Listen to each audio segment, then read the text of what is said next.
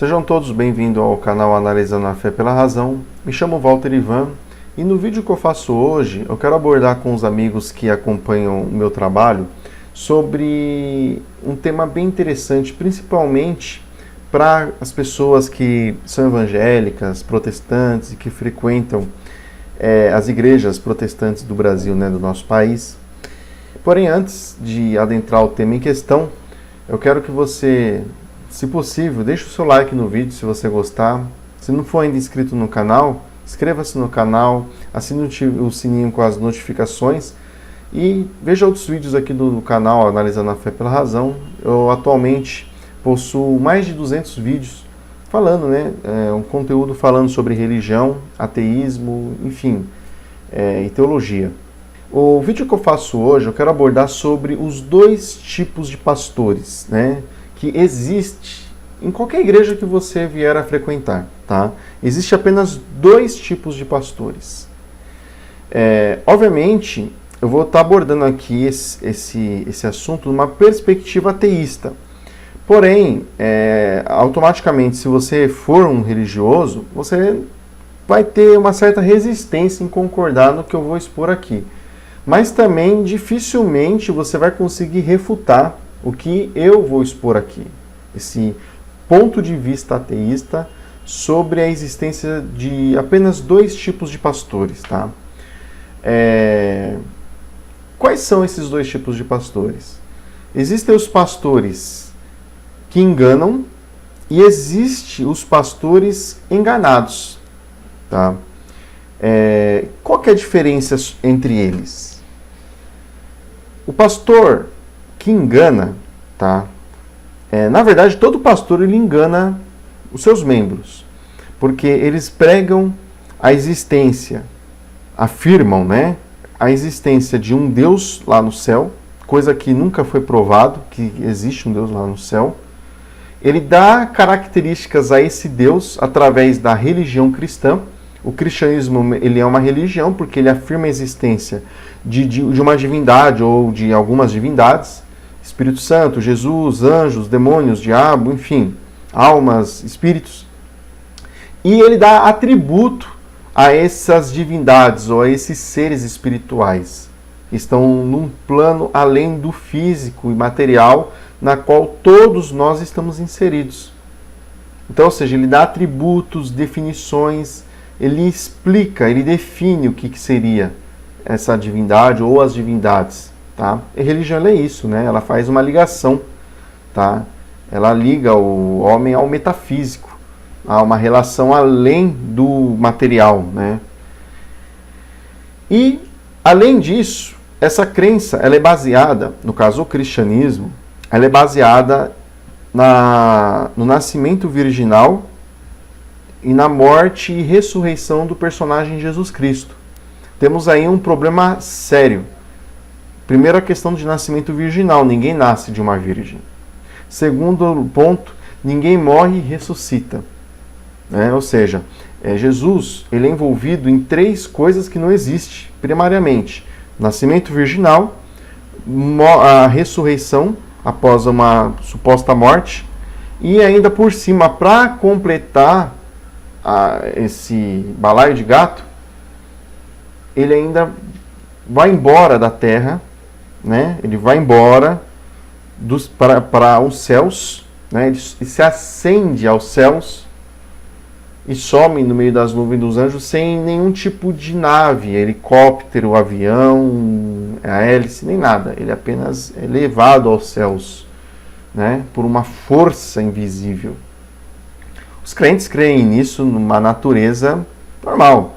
Os pastores, eles condicionaram as pessoas. Na verdade, não os pastores apenas. A igreja, o cristianismo, ele condicionou as pessoas a acreditarem nesses absurdos, nessas coisas ilógicas, irracionais e ilusivas, porque não existe. Isso não existe. Se você trocar o personagem, o nome Jesus Cristo, e colocar o nome de qualquer outro personagem, as pessoas vão rejeitar claramente esse tipo de história.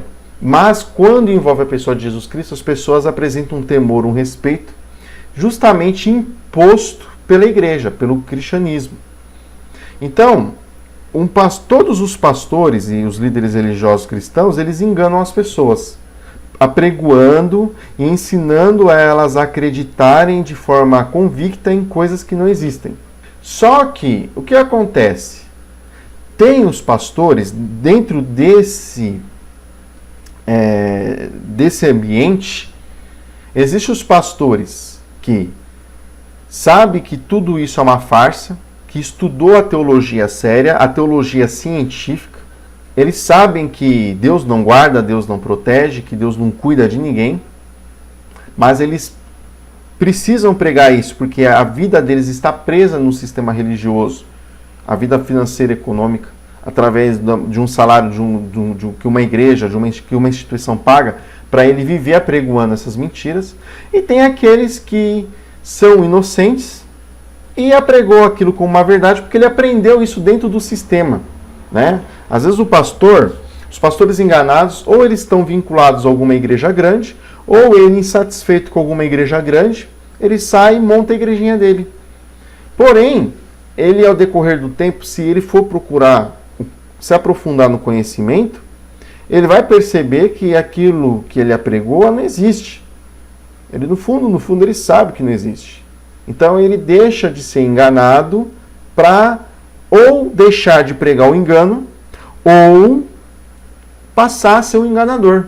Ou seja, pegar aquela mentira, levar para as pessoas como uma verdade, enganando as pessoas que dão ouvido a eles. Então, meu caro amigo evangélico, meu amigo protestante, até mesmo os católicos, qualquer religioso cristão que estiver acompanhando, ouvir acompanhar o canal Analisando a Fé pela Razão, você possui, se você vai numa igreja, você precisa aprender a identificar se o teu pastor é um enganado ou se o seu pastor engana. Como que você sabe disso? Como que é possível identificar isso?